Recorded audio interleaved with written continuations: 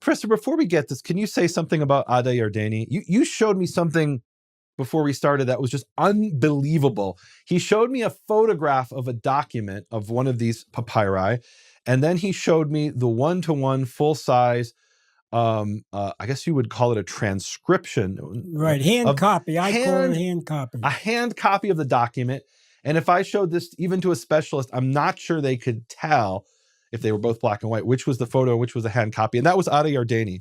In other words, she traced every letter and every, as we say in Hebrew, every chupchuk of every letter to where it was identical, essentially, to the original, and then was available for study. And you have these in the book. I mean, she was an incredible scholar, Ada Yardeni.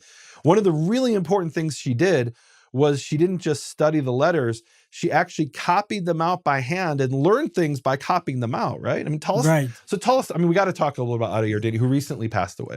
Tell us about her. Well, she was an artist. She was a graphic artist. And we got together about 40 years ago. And we went all over, from Moscow to Brooklyn, wherever there were papyri or ostraka, and she copied them. And it was by copying the text that you were able to truly interpret it, because you saw the way the original writer wrote the letter. Mm-hmm. And the strokes. Letter has several strokes. Wow. And we reproduced these in full-size copies. And here is an example of what she's doing. And the remarkable thing about this letter is that it was apparently a palimpsest, because you can see here on the side are two lines that go the other direction. So tell us what a palimpsest is. A palimpsest is an erased text. Papyrus didn't cost nothing, and you would reuse the papyrus by the way they did it, erasing the writing and writing over it.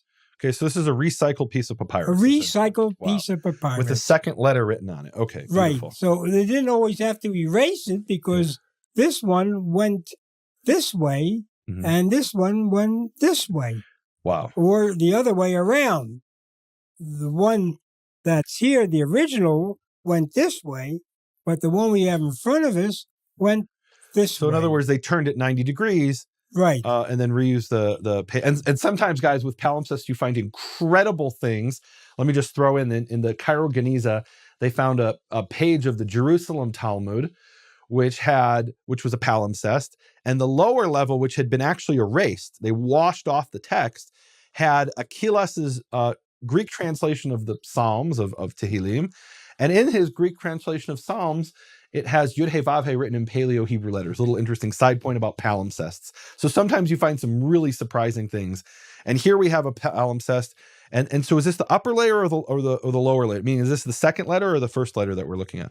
No, we're looking at the one that the original, the second, the first one is erased. Okay, we can still make out some of it, but it's mostly erased. Okay.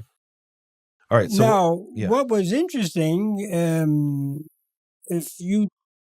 how did you preserve a papyrus? If it's like this, you fold it. Yeah. And on this, you can see the folds because it has these tears, and so it's damaged on the folds. So there are folds from A to G.